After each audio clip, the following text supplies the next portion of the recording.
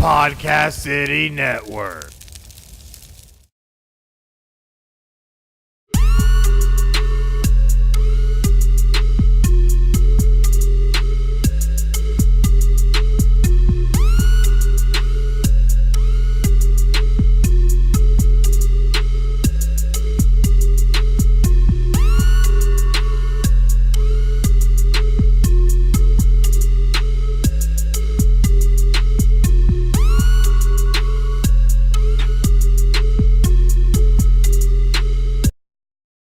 Hey guys, this is Chris, and we are back for another episode of Final Score. We're up to episode 14 now. 14 right. Deep, man. We're getting there, and it's been real exciting. A lot of great stuff has been happening in sports, but first and foremost, make sure that you go and follow us on social media, on Facebook, /PCN Final Score, on Twitter, @PCN Final Score. Check out all of the great stuff that we have going on over there, and oh, yeah, what we did do that thing. What was that thing it done called? It was, we're on a bunch of platforms now, like Spotify, iTunes, iHeartRadio, Stitcher, TuneIn, Podbean, and Google Play Music. Tell you what, it's been a lot of exciting times. It's good stuff. Yeah. It's good stuff. I like how you said we done did it. We done did it. I like how you said we done did it. We done did it. And see, like, we're even getting fancy. Like, we're pulling stuff out, and, we're decorating now. Yeah, starting a little bit, slowly but surely. Yeah. Eventually, one day other things may happen. You never know. You never know. Are you talking about a TV? Maybe. Are you talking about like an actual set? I mean, you never know what happens. That's true. You never know. You never know. But one thing you also never know about is a lot of the crazy things that we like to do, including this big announcement, if you didn't see on any of our social medias, is the fact that we are going to be having a live event coming up here in 2 weeks on June 1st, 2019, at City Limits Tap Room, where Final Score will join Draft Day live at 8 p.m. And they'll also be going live on Twitch. Awesome. Yeah, it's going to be a pretty exciting time. We're going to be down there. Look forward to it. Oh, yeah, it's going to be awesome. It's going to be free entry, prize giveaways, tons of beer. Hope your belly's ready because it's going to be great. Oh, you know how I like to drink, so. Oh man, yeah, I do. It's going to be crazy. It's going to be a crazy good time, but definitely make sure that you come down and join us June 1st, 2019 at 2620 North Woodland Boulevard in beautiful D-Land, Florida at City Limits Tap Room. It's going to be an amazing time. I really can't wait. I'm really excited. So I have a question for you. This is kind of topic depending, but you said D-Land. Is it D-Land or D-Land? Oh, it's D-Land if you're from D-Land. It is D-Land. Yes. If you're not from D-Land, it's D-Land. But that's the way I've always heard it. If you're from D-Land, well, it's because you're probably around a bunch of people from D-Land. That's why. D-Land. D-Land. D-Land. You got to see the football team. They got to get one of those too. Just saying. The Hatters? No. That's Stetson. I'm talking about the high school team. They've turned out some NFL talent. Oh, okay. Yeah, I thought you were talking about the Stetson Hatters. Well, I mean, they're good too. And, thanks to them, Spec Martin Stadium was completely renovated and looks even more amazing than it did. But, hey, the little known fact, The Waterboy was filmed at Spec Martin. That was the home of the SC LSU Mud Dogs. Is that where they filmed it? That's exactly where they filmed it. That was their home field. I never knew that. Oh, yeah. And that was before all the renovations. When it was, fun fact of the day. Fun fact of the day. Might have to be a new segment. Never know. Anyways, though, just to make sure we get back on course with everything going on, because we have a lot to talk about today. It's going to be super, super crazy. And first things first that we need to start off with is with the NBA. Because with the NBA, we ended up having, what do they call that thing? Oh, yeah, it's the NBA Draft Lottery, I believe it is. Tell you what, it's really surprising how things worked out. Yeah, they changed up the way that they do the lottery this year as far as what are the chances that the team with the worst record can land the number one pick. Mm-hmm. And, of course, they started doing this in the early 90s, and the number one pick always had roughly a 25% chance of landing. So right. Over the last decade or so, your Philadelphia 76ers actually made it commonplace to start tanking openly. Tanking. So they, in recent years, have been trying to find ways to help get rid of this issue and try to fix it. And, of course, the New York Knicks were openly but not openly tanking for Zion. And they had a chance. They got in the top three and didn't get number one.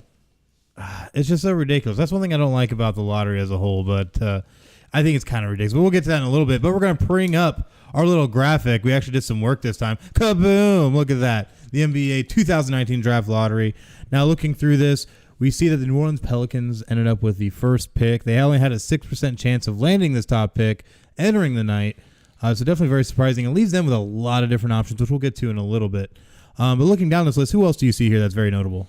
So we're looking at Grizzlies ended up getting the number 2 pick. They've had a chance. They had a 6% chance landing number 1, and they've never actually selected first. They actually did win the lottery in the late 90s, but they had a deal in the expansion draft with them in Toronto. I believe it was 95, 96, or 95, excuse me, because for the next 3 years, 96, 7, and 8, they were not allowed to have the first pick of the draft if they were to get it. That's right. Of course, one of those years, Toronto got it. They had to give it up. They went to number 2. Grizzlies, the same thing a year later.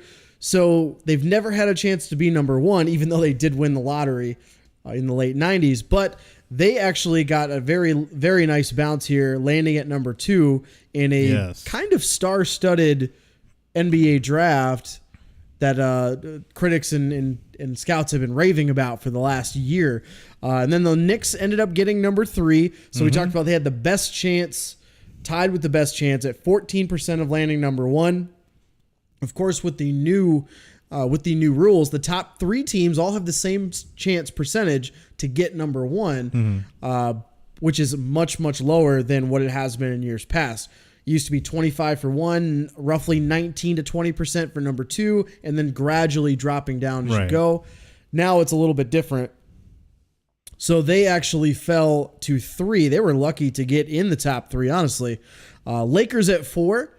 They only had a 9% chance of getting into the top 4 coming into that night, so it was really interesting to see how this is going to play out with LA. Of course, with the whole LeBron situation. What are they going to do? Are they going to package a bunch of young talent and picks and try to get Anthony Davis again? So that'll be interesting with them at number 4, where they go in this draft. Number 6, the Suns. They also had a 14% chance of getting number 1, but they fell all the way to number 6, which has got to be disappointing if you're in the Phoenix Suns front office, which, I mean, it depends. You can just kind of pick a name out of a hat. That's going to be your GM and head coach for this year. That's just the way they've been operating. But so that's really disappointing for them to drop down to 6. And then the Hawks actually land 2 picks in the top 10. They get number 8 and number 10. Remember, one of those picks is part of the Luka Doncic trade from last year with the Dallas Mavericks. So they have a really good chance of infusing a lot more talent into an already young team and really could turn some heads this next year, especially if they play free agency well in the offseason. Yeah, definitely could work out very nicely for them. But, it's very interesting with this odds change that we talked about, how they've changed it towards a little bit more even on the top end, which I do have my own feelings about the draft, which we'll get to here in a little. But with the change in odds this year and the Pelicans landing number 1, does this help put to rest the tanking as a viable option in the NBA? You would think so, just because you're trying to deter these teams from openly tanking. So like I said, last year, the Knicks would have had a 25% chance. You would think, yes, it does. But if you really wanted to hammer this idea home that tanking is bad and you shouldn't be doing it, I mean, the rumor has it that the NBA handpicks it anyway. It's not a really random anymore. No. There's been more and more evidence over the last few years that the NBA hand selects who's going to be what pick. I just find it kind of odd that the one team that has had their star drag them through the mud all year and now is openly wanting to leave somehow miraculously gets the number 1 pick. Kind of like when LeBron left Cleveland and 2 years in a row, number 1 pick. Okay, like that's not clearly you're cheating in NBA, but it's clearly collusion. But they could have under picked, the rug. I think they could have picked another team like a Chicago or something. That's still absolutely. There's still a viable market. I mean, you could still use a Chicago as a way of saying, "Hey, don't tank," and then the Knicks and the Suns, and I forget who the third the third team was in that scenario. But you could take both of those teams, drop them out of the top 4. That'll really encourage them to stop tanking. But of course, you put the Knicks at 3, put the Suns at 6, and you give the Pelicans the number 1 pick. You could see it as good karma, but I think it's collusion. I think they're handpicking teams to be number 1. That's why I really feel like at the end of the day, the draft lottery system is completely counterproductive. Because at the end of the day, you're not really helping teams. You're kind of just handpicking and leaving it open to so much influence from many outside sources, obviously the biggest being the NBA itself, to kind of curtail where a lot of these star players are going to go and what will help for certain markets, what's going to help for these players, what's going to help the NBA look good. And I don't like that. I feel like the NFL approach is a little bit more honestly simple. It's just plain simple. Worst team gets top pick. Now, I know it's a little harder in the NBA. 84 games makes tanking possibly an even more viable option for teams at that point. But at the end of the day, at least it'd be a little bit more fair in a certain sense of speaking. Just because with draft lottery, you're literally leaving it open to any way, shape, or form to where it can be manipulated to, you can keep teams in the cellar for years, where you can eventually, there's so many ways it could branch out, where you can end up forcing out owners because now they're not making enough money because you put them there as the NBA. I mean, I know that's a little extreme. But here's the issue that you run into. If you go to the way it used to be in, say, the 80s and later, you're going to have teams like the New York Knicks who are openly tanking. And I mean, in the NFL, there's been rumors that some teams are tanking or would be willing to tank, which is really difficult because with a 16-game season, not going to happen. Well, the 16-game season, it's a lot harder, and that just with how games can go, anything can happen. Yeah, owners could want teams to tank, but players on that team are not going to do that on purpose. No, they're not. But thing is, too, do you think NBA players are openly going to tank as well? Hell no. And that's what I'm looking at, is that I don't think it would be as big of an issue. As a professional athlete, your ego is too big to allow you to purposely lose and throw games like that. Exactly. That's why I feel like openly tanking is not something that you would see probably as prevalent today as you say, mentioned back in the day in the 80s and 90s and whatnot. What I wish they would do, and I know it's because of all the technology, and they say they do everything beforehand, and that's why they have those cue cards. Go back to the old school way when you just put a bunch of balls into a bingo wheel and just at least that's pick more them fair. out. It's way more fair because it actually is legitimate chance. Well, basically, if you use 100 ping pong balls and you throw them in there, obviously your percentage, you're going to have roughly 25 of them be number 1, and then you're going to go, that kind of thing. You know what? Why not make it a whole thing with battle for the balls? At the end of the day, where you end up finishing a certain way or in the season, and then you have so many balls put into this big spinner. I know you're getting funnies out of this. It's okay. But That's what she said. It's a good marketing ploy. Sure. Look, you're thinking about it now, aren't you? It's hilarious. So, why Battle not? for the balls. Battle for the balls. Battle for the balls. But the bigger... Call me NBA. I'm here. The bigger issue is I agree with you that this does not put to rest tanking at all. In my opinion, I think just the way that the NBA is right now, it actually still encourages tanking just because the fact that NBA is all about the haves and the have-nots. Right. You can do what the 76ers did and tank for X amount of years, get some good draft picks, and now all of a sudden you're building an actual cornerstone to your franchise until they leave for free agency. But other teams, you'll notice like a lot of the really good teams right now have built through the draft. Golden State is a great example. Very great example. Outside of Kevin Durant, even outside of that, he joined the team and they plugged and played. But look at the core people they drafted: Steph, Clay, Draymond. Those are the big 3 that they drafted. And they've made huge impacts on this team to be able to drive them to the championships they've won. Look at Portland, who they're playing in the Western Conference Finals. Absolutely. They drafted Dame and McCollum. And you look at the other side, you still got Giannis was drafted by Milwaukee. You had Philadelphia with all drafting the way they did. Boston with all their draft. So this is what it's all about. It's not necessarily tanking. It's not necessarily tanking's like really good, but the only way to get good in the NBA is to have stars, which is why you see teams like my team, the Pistons, suffering in mediocrity because they're hovering between playoffs and not, but they don't get a bad enough pick to get a star, but they're right there in the middle, and if you have to hit on those picks if you're not in the top half of the lottery. So I think if you're not, it's kind of like how baseball does it. If you're not competing for the championship, you're probably tanking. In baseball, that's early part of the season. Story. Yeah, everybody's got a chance.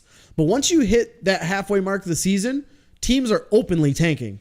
Well, it's a little different too because they have even double what the NBA plays. 162 games in a season is no small task. Right. So once you reach a certain point, you're going to know what kind of team you have one way or the other. And usually you're not going to be able to recover. NBA is the same way because basically when you start in October, by the time you hit mid-January, some teams do turn it around at the first of the year, and you've seen that this year even as well. But if you go Red Sox. Yeah, if you look at in the NBA, usually by about mid-January, you know what kind of a team you have, and you know if you're going to try to trade some of your assets to get some expiring contracts back so you can get ready for the next offseason, or are you going to try to sell some of your draft picks to get another player to help put you over the hump? You usually know. So, I mean, tanking is, once you get into February, the teams that know they're not making the playoffs, you damn sure they're tanking. Because what's the point of trying to push for the playoffs if you know you're not going to make it? Your team's not going to get you to a championship. And I mean, that's where you see a lot of this. So I think it's a problem that they cannot fix. I don't think there's ever a way they're going to be able to fix it. I think it really comes down to just because of the amount of games they have that they're able to dictate that. And that's what's going to end up being the downfall of this and why I think you're right. They're not going to be able to fix this. You have, 82 games in a season. There's no way you're going to be able to fix that. Because at any point, you're going to know this team's not good and have plenty of time left to be able to sink down to the bottom as quickly as you can to make sure you can secure a top prospect. Yeah, and the way you do that is, I mean, you look at some teams that have done that. They hold their stars out for being hurt, and they say that they have injuries that are nagging. Or what they call it, a maintenance. Well, they call it load maintenance now. Load maintenance now. But the NBA is cracking down on that too because that's where they're trying to get rid of these back-to-back. So teams don't purposely have to do that, tank games, so they do these kinds of things. But even if you shorten up the season, you're still going to have this issue. It doesn't matter. This is true. Because look at the Phoenix Suns of the world, that they, as many times as they've been drafting, part of that is really just ownership because they can't keep a GM in place. They can't keep a head coach in place. They've gone through a rotisserie just of new GMs, new head coaches every single year for the past, 5 years maybe. That's bad. They did it again this year. It just gets crazy when you're looking at it all. Just the revolving door of how it all goes. Yeah, that's where you got to look at and point the finger at management if you're Phoenix Suns fans. But what are you going to do? Because the owner's going to do what they want. Exactly. Because it's their team at the end of the day. So really, what are you going to do? Right. But talking about teams and what they're going to do, the Pelicans do have the first pick in this draft now. So with them having the first pick, what should they do? There's so many things they can do. There's so many things. And if you are a fan of the Pelicans, of course you're going to say, draft Zion. Oh, easily. Everybody would like to have Zion on their team. Why wouldn't anybody? Right. Here's what I would do. I would be getting on the phone with a New York, with an LA, people at 2 and 3. And I'm trying to trade AD to get another top 5 pick. Could you imagine? Because Zion and Ja Morant are going number 1 and 2. Well, definitely. They're going 1 and 2. Because Zion is projected to be like the next kind of LeBron type player, and then Ja Morant is the next best player in the draft, and Memphis needs to get a new point guard for when Mike Conley does inevitably leave the team. Right. And I mean, with his massive contract, it's kind of tough, but they're going to get rid of him at some point. But after that, I mean, you've got RJ Barrett, Jarrett Culver, DeAndre Hunter, Cam Reddish. I mean, you've got guys that are there that you could literally, hell, if you wanted to, you could put RJ Barrett and Zion back on the same team and put him in New Orleans. And now you've got Alvin Gentry and basically tell him, these are your 2 new cornerstones. Have fun. Go after it. Their expectations are going to be pretty low this year. Well, yeah, absolutely. Just because in a way you're kind of doing a big transitional change with your roster. But the big thing I think they need to do too is that while it's great to try and go down and get picks and all that stuff, I feel like you shouldn't really rely too much on young. You guys, if you get Zion, that's all you're going to need. Go take Anthony Davis. Go get established players in the league. Go ahead and call these other teams that have young, a little bit of young talent that have proven themselves a little bit. Go get multiple players to put around Zion. That's what you need to really, I think, focus on at this point. Draft Zion and build around him, and ship Anthony Davis out. You don't need Anthony Davis at this point. Just because we've already seen what's happened during this whole past season, what Anthony Davis did with the Pelicans, how the Pelicans responded, and now you're sitting here with what, like you said, this is a LeBron-esque viewed player that really could end up being one of the next greats in the NBA. So build around him fast. I want to agree with you to trade them for players that are developed and they know solid veterans. Here's the catch to that. With Zion, realistically, are you going to win a championship in the next 3 years with Zion? If you have Zion, I think you absolutely could. BS. Complete BS. There's no way. Yeah. So what I would do is you've already got veterans on the team. Drew Holiday, Julius Randle, Jahlil Okafor, Elfrid Payton, Etuan Moore, just to name a few players. But Drew Holiday and Julius Randle are your two big veterans that are on that team. So you've already got guys that can work around with Zion. Drew Holiday is a great pointer, very underrated point guard in the NBA. Mm-hmm. And you've got other guys around that can do certain things that you need them to do. Keep infusing. NBA is all about youthful talent and just getting more and more, accumulating more and more talent. Why not trade Anthony Davis? And part of the stories that I've been reading into is the trade packages for Anthony Davis. We're talking multiple year first round picks need to be offered to get Anthony Davis. And I completely agree. But is any team actually going to give up that? And that's the thing you're going to look at, because of course I don't see a team wanting to fully mortgage their future. If LA's already tried. Just Rob Pelinka is but you have LeBron incompetent there too, so it's a little bit different. You have LeBron there. Boston's been in the running. They're talking about trading the whole young nucleus of their team to sabotage all that, to run with Anthony Davis, Gordon Hayward, Kyrie Irving if he stays. Which I feel like he's not going to at this point. It's possible, but I agree. I don't think he will, but it's possible. But if you bring in Anthony Davis, he's going to stay. Well, but here's the problem. Now you gave away all your young players, and now you're basically hemorrhaging all of that to try to win in the next year or two, because Anthony Davis is only going to be a 1-year loaner. Right. And then you got to try to recruit him to stay. But those teams are definitely in the running. The Knicks, of course, are going to be in the running. Oh, absolutely. Just because of the market alone and what kind of money they could throw at him, that he'll be in the running. So all of those teams, I mean, if I'm New Orleans, yeah, of course, I'm going to let these teams fight it out and bid against each other. But at the end of the day, I'm going to use this as leverage, because you know how badly the LA Lakers want Anthony Davis. I would make them, and I'm not exaggerating or kidding, I would make them not only give me Kuzma, Ball, and Ingram. I want number 4 for this year. I want your first round pick unprotected for the next 3 years.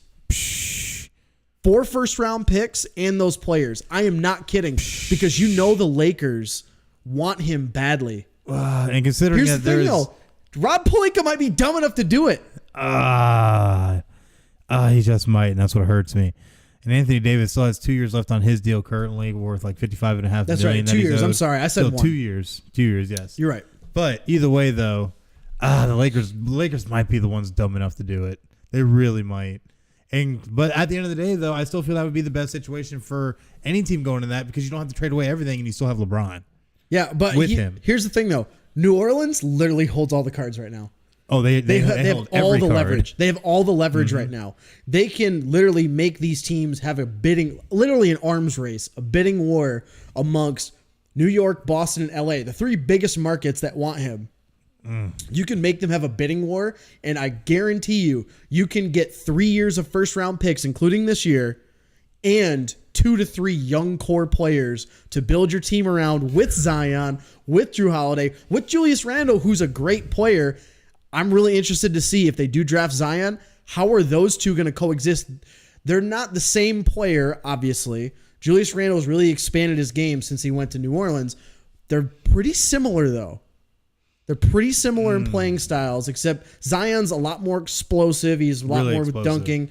But Julius Randle's a very crafty, very good post player. I think it'll be really interesting to see those two try to play together. It definitely will be interesting all the way through, and we'll definitely get some clarity as time goes on, which we'll obviously cover in future episodes of Final Score. But something that we need to cover right now, and that is something that has been very, very exciting and surprising even in some fashions, and that's the NBA playoffs, which have been just truly magical this offseason, or this postseason, I should say. Really magical. But one series we're going to look at first, with the Bucks and the Raptors, hasn't been quite as magical for the Raptors. Man, Milwaukee, I've personally have doubted them. I will admit it. I will full-fledged admit I have underestimated the Bucks. They're just dominating this series. And I know I know game one, it was an 8-point game. It was a pretty well contested game. Kyle Lowry actually showed up, which was great. Oh, absolutely. Welcome to the playoffs, Kyle Lowry. But game two, all Milwaukee. All Milwaukee in so many ways. The Bucks were up 25 points at halftime. Yeah. Halftime. That is just truly insane. But another stat that I loved, only 3 Raptors, only 3, not 4, not 5, not 6, 3 hit double digits. Only 3. Now, obviously, Kawhi Leonard went out there and, balled his face off, shot for 31 points. But the other 2, Kyle Lowry for 15, Norman Powell, 14 off the bench. Everybody else is single digits. Well, I mean, the other players that usually you expect to see step up and perform, Siakam, Green usually gets you some good minutes off the bench. Ibaka, Gasol, all those guys. But I think this is more of a testament to Milwaukee's defense. They're long, they're athletic. They disrupt so many offenses just because of their sheer length and athleticism. They're very suffocating. They are. They can be at times, and they have done it all year. And they obviously having the best record in the NBA. They've done. You say what you will about the East. I think it's a little bit better off now than with LeBron gone. But I agree. But yeah, you get to see now other teams like this rise up to the challenge. And props to the Bucks. They're playing a hell of a series. It'll be interesting. I think they will get. I think they'll probably get a 3-1 lead after the 2 games in Toronto. Toronto's got to steal one at home. They have to, and they're playing very well. We're playing hungry, but the Toronto brass already come out and said, you know what? It doesn't matter. We're down 2-0. Doesn't matter. We still can win this, and we're going to. Well, of course, you have to believe that you're going to win it. If you come into a series like this, you're like, yeah, we're down 2-0. We're just going to give up. Yeah, who does that? You don't deserve to be there in the first place. Exactly. So I agree. But you know what, though? A testament, like you said, though, to Milwaukee's defense. 13 turnovers they forced in game 2, while Toronto's only able to get 7. So defense definitely played big in this. Those are still pretty low turnover numbers, even for an NBA game. I mean, no, definitely is. Usually you see with good defense teams, they're forcing 15, 16 turnovers a game, and so I mean that's these but still teams almost double. You're talking about almost a 2-to-1 difference. And I feel like something like that always is going to play into this. But I mean, like if you're looking at as far as how well these two teams played, Toronto, as far as offensive rating and offensive efficiency, they're ranked 5th in the league. Right. Their defensive rating is also 5th. So they're obviously no slouch. Definitely I mean, they fought really hard to get to this point. But I mean, when you've got a team that's the best defensive team in the league, and offensively they're in the top 5 in offensive rating as well, it's kind of tough. It really is to be able to beat a team like that, especially on the road. Oh, definitely. But we're definitely going to find out more once we get to Game 3 in Toronto, which will be Sunday, May 19th at 7 p.m. on TNT. So we'll definitely see if Toronto can try and right this ship before it gets any more ugly. But shifting gears over to the Western Conference Finals, we still have Golden State and the Portland Trail Blazers who been having some pretty good games here, especially this Game 2. There's only a 3-point game with Golden State taking it 114 to 111. This has been a great series. I mean, already.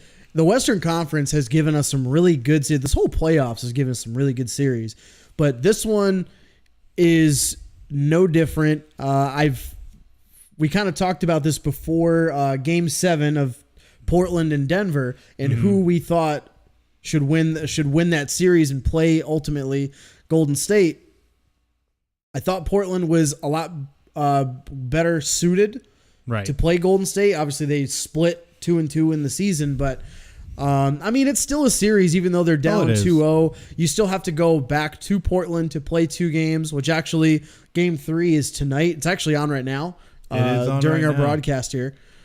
But I would really expect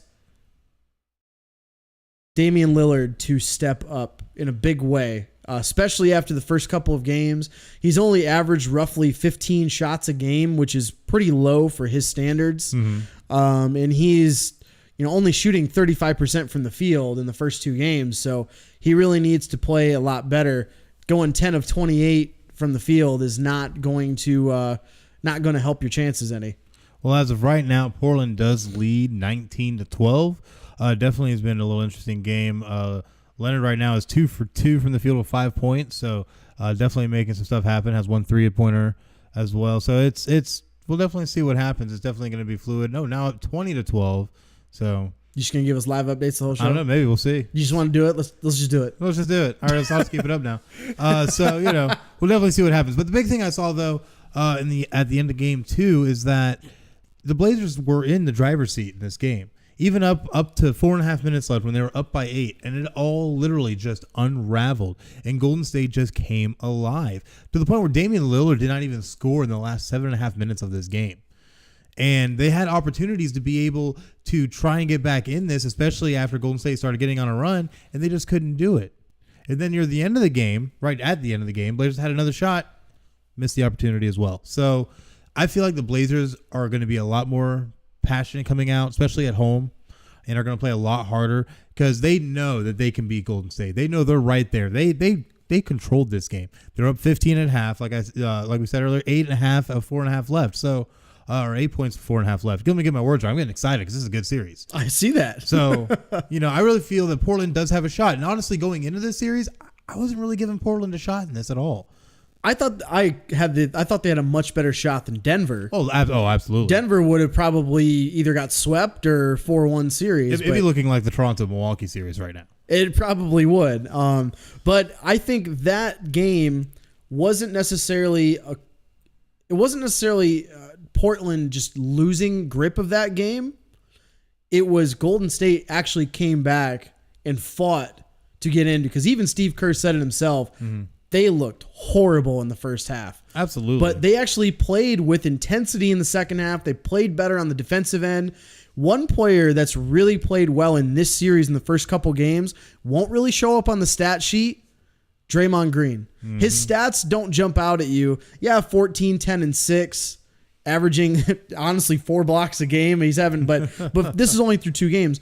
But it's on the court that's not on the stat sheet is the stuff that you're looking at. He played that last 4 to 5 minute stretch with 5 fouls. He had to really be smart about what he was doing on the court. He could have gotten his 6th foul called a couple times in that last couple minutes, For sure. But they didn't call it. So he's still on the floor. He is the heart and soul of this team. So when they're talking about what is the glue that keeps this team together, yeah, Steph Curry's great, Klay's great, having Kevin Durant's awesome too, those 3 shooters, but you can tell that this team, the heart and soul of this team, is Draymond Green, and this series is showing you why. Definitely, for sure, and we'll definitely see how the series keeps on going. I think this is going to be a lot more exciting. I think Portland might take these next 2 at home, honestly, to where we might get 2-2 going back to Golden State. So we'll definitely see. The next game will be Saturday tonight, right now. What am I talking about? What are you doing? Are you okay? That's right. You know what we need? A live update, because Portland now is up 25-17. So we'll definitely see what happens. 3:19 left in the first as of right now. So what did you say Game 4 was? Game 4. When is Game 4? Game 4 will be Monday. Monday, okay. May 20th, 9 Not p.m. Sunday, on Monday. ESPN. Not Sunday. Monday. Don't mind me. Excited. Very excited. But it'll definitely be an exciting series. We'll definitely see how it plays out. But looking ahead, though, do you still think Golden State's going to take this in the end? I think they'll win in 6. They will have to win one on the road, obviously. But for sure. I think Portland wins. I think they can win the next 2 games at home, even it up at 2-2. Golden State is really, really hard to beat at home. Oh, they are. Very hard to beat at home. So, and Portland almost did it in game 2. So I think it goes tied 2-2 into game 5, and then Golden State wins the next 2 to take the series and probably end up meeting the Bucks the way it looks in the first couple games. Honestly, I think Golden State will take it in 6. I think Portland will definitely take these next 2 at home, but then I think Golden State will not only win at home, but then go and win on the road.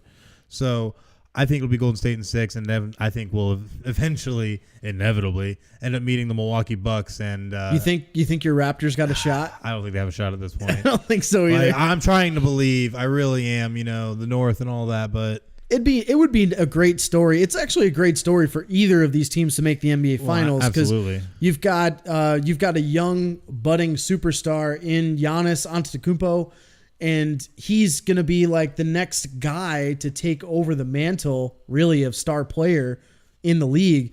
And Milwaukee being a small market team, it's always a good story to see them in the spotlight.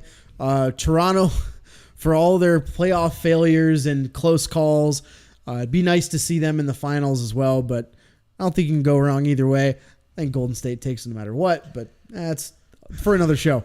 The big thing, though, I see with this Milwaukee Bucks, they haven't been in the NBA Finals since 1974. You know who led that team? Who led that team? Go ahead, tell me. No. Lou Alcindor. Lou Alcindor. But they ended up losing. Kareem Abdul-Jabbar. Yeah, who is Kareem Abdul-Jabbar? But they lost in the NBA Finals in 7 games to the Celtics that year. So before that, well, I mean, that was the dynasty. Oh, that was the dynasty. Boston Celtics. But just 3 that was years, the end of it, actually. That was the end. But just 3 years earlier, they won it 4-0 in a sweep against the Washington Bullets. Yeah, take it back that far. So Milwaukee, it's been a really long time for them, and I definitely could see them going. Toronto, while it's been great, and I really trusted up in you until this very point, it's been nice knowing you. You'll hopefully get a participation trophy. So they better hope that they can hold on to Kawhi Leonard. Yeah, you might have to when this series is over. That'll be one of the subjects we're going to have to discuss. Definitely on what the Raptors do from here and what does Kawhi do from here if they do in fact lose. Because he didn't expect him really to get traded to begin with when he ended up leaving the Spurs. So he wanted out though. He did, but I don't think he necessarily expected Toronto. Oh, definitely not. He was thinking he was going to go to the Clippers or something. Yeah, or somewhere nice. L.A. Yeah, where he wants to go to L.A. I don't know. Maybe he still does. We'll have to discuss that in a future show here. Yeah, who knows? Maybe even at draft day in 2 weeks. Who knows? Maybe. I mean, Toronto's season might be over by then. Exactly. So we could speculate. Well, it might be, but they have to do the unthinkable and beat a Giannis-led Milwaukee Bucks. We'll see. So we'll definitely see. But one thing that we are going to take a look at as well, NHL playoffs, and they also have been insanely entertaining. Boston Bruins, though, 4-0 sweep. It's a bit surprising just because of how well Carolina has played in this postseason and doing the unthinkable. I mean, they still had 46 wins on the year, so it's not like they were barely squeaking in the playoffs. True. They were the top wild card team in the East, but they played really well in their series. They obviously beating Washington in the first round in 7 games, and then swept the Islanders. Sweeping the Islanders was crazy. But then they get swept by the Bruins, and honestly, only one game was really close. Yeah. Honestly, it was pure dominance by Boston in this series. So, a little surprising to me. I thought the Hurricanes would at least taken 1 or 2 in this series. But, hey, way to go, Boston Bruins. You're in the Stanley Cup Finals. But on the other side, that's where things get a lot more interesting. And that's where the excitement comes in. Because the San Jose Sharks and the St. Louis Blues are currently tied 2-2. Have been having some classic games, including a 5-4 overtime game 3. Went down to the wire. And even in game 4, the Blues beat the Sharks 2-1. Only 1 score differential. So, definitely been an exciting series. What's your opinion on this? The big thing in this game is the game 3 a couple of nights ago, the one in overtime. Very controversial call at the end of the game where there was a potential non-called hand pass Puck was bouncing around. I believe it was Couture batted it. Didn't look like he batted it towards the net, but it looked like he batted it to a teammate. Right. Throws it kind of in front of the net. Carlson comes up, ends up getting the pass on the backside of the goalie, and then puts it home for the win. And of course, the home crowd was furious. I mean, you could see a lot of the players were huddling around the refs, trying to figure out what was the call, see if they could wave it off. And when they didn't wave it off, they threw a fit, as you would imagine. Absolutely. But that is how close these games are. These games are getting right down to one goal games, overtime games. These two teams really, I mean, this is one of the most heated series that I've seen this year's playoffs outside of the San Jose Vegas series. Well, this series has so much on the line for two teams that have come so close in years past and just haven't been there, especially the San Jose Sharks. So it's a lot of intensity, a lot of emotion. So I can understand, but with something like that was just crazy. And I'm surprised that it actually ended in that fashion. But, you know, it is what it is. And Carlson's going to, or not Carlson, Couture, I should say, is going to find a way to win. I mean, it's why he has 5 goals and 6 points in the series. Yeah, and the 3 players, that's one of the 3 players that San Jose really needs to be playing well. And so far, the one thing that you really look at in the NHL, at least from my opinion, my perspective, is I look at plus minus. When you look at plus minus, and as far as in average time on ice, how often is a guy on the ice, and how effective are they when they're there? So the 3 players, their top 3 players, all have a plus minus 3. The pre-mentioned Couture, Carlson, and Brett Burns. Yep. A couple of veterans, and they've really relied on the last 2, Carlson and Burns, because those guys play defense, and Brett Burns actually plays a little bit of wing too. So you've really got to rely on those guys to step up for you. As far as the St. Louis Blues, they're not playing bad either. I mean, they have a handful of guys that are all on the good side of the plus minus, but they're really relying on a couple of guys. I'm going to butcher this name, Parayko, Colton, Parayko, Joel Edmondson, and Ryan O'Reilly. Those 3 guys. Bo Meester is another guy. Those guys have really been playing a lot of time on the ice, but they really need guys to just step up and win the games that they can win at home. Because like we said in previous shows, San Jose can score, and they can score a lot. Absolutely, they can score and score a lot. But the thing is that the Blues still hang in there. And that's the thing I've seen is that the first game was probably the largest differential in all these games, where it was 3 goals. However, game 2, 2 goals. Game 3, 1 goal. Game 4, 1 goal. So it just shows how close it is that this really could go either way. So I feel both teams, especially with a 2-2 tie, this is a 3-game race now. Yep. You have to come out and win 2 of these 3 and try and take this thing home. Well, the one thing that's playing into San Jose's favor is the fact they have home ice advantage.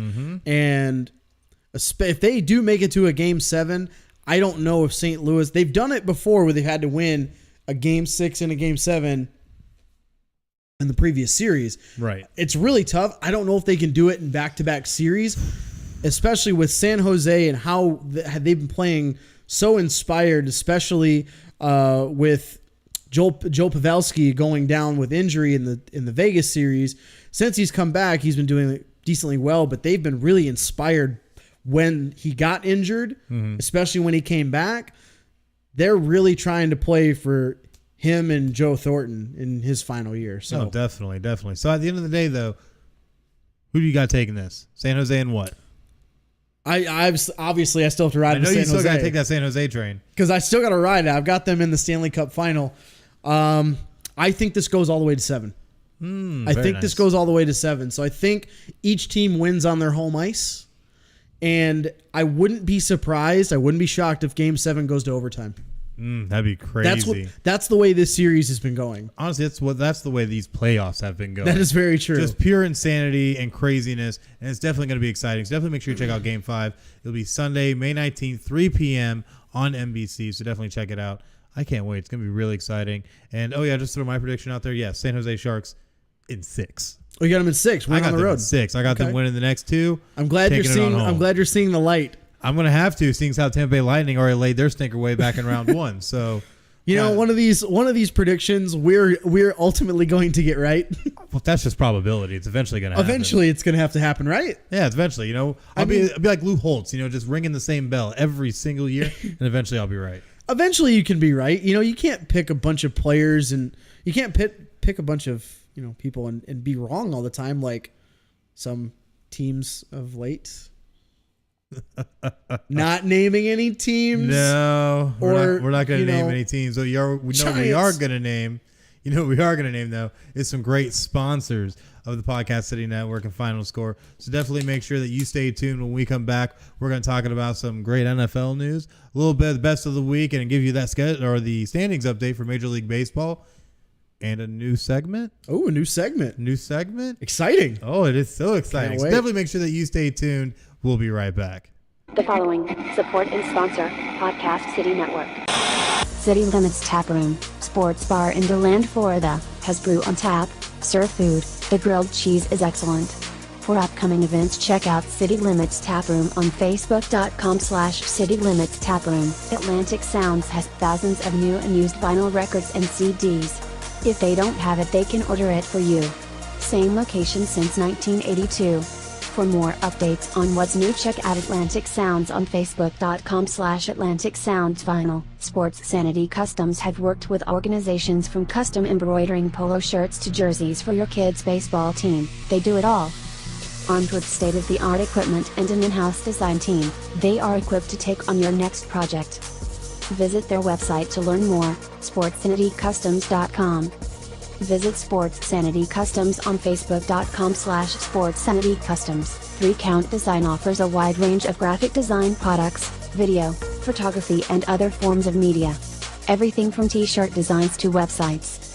Visit Facebook.com/3 Count Design for more. Demo Blast Studios, an explosion of imagination. Original artwork, podcasts, video, apparel, and more. Visit DemoBlastStudios.com. Visit Demoblast Studios on Facebook.com/Demoblast Studios, the best family entertainment pro wrestling show in the state of Kentucky. Kentucky's Own Wrestling brings quality family vintage wrestling to a town near you. Kentucky's Own Wrestling offers a ladies division in wrestling and a training school. Kentucky's Own Wrestling is the current longest running Southern promotion.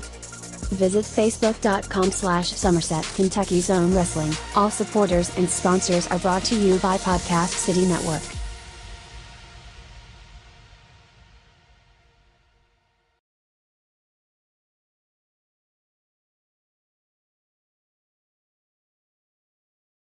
And we are back here on Final Score with Chris and Craig. And we have some exciting news to talk about, and none other than the NFL. Because stuff's been getting kind of crazy lately. A lot of stuff going on, and we thought it was going to be a little bit quieter, as we start getting into OTAs, getting into training camp, getting into this little lull in the season before everybody starts getting ramped up again. Yeah, you would think we'd be talking about the Odell getting his first pass from Baker and talking about all these great things, and everybody's excited. But yet we are talking about the other New York team that is yet again rearing their ugly head. The annual New York Jets circus has begun again, ladies and gentlemen. They are back under the big top and the Big Apple. It hurts so bad. Just to recap what we're talking about here, the New York Jets have fired their GM, Mike McCannigan.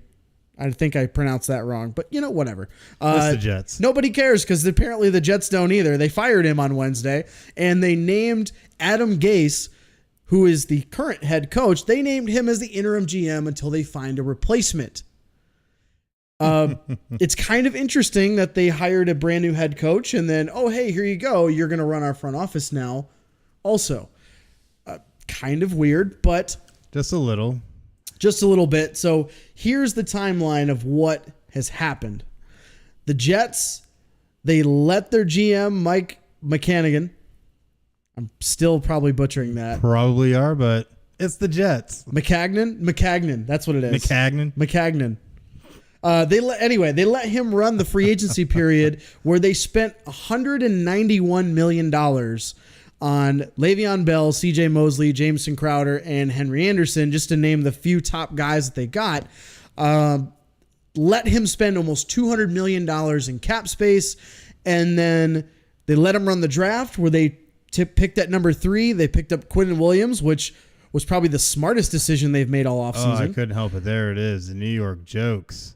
Oh, I got it on here. You unveiled their new logo? I did. It's right there. It looks so pretty. They unveiled this on Wednesday when they fired their GM and named Gase their interim GM.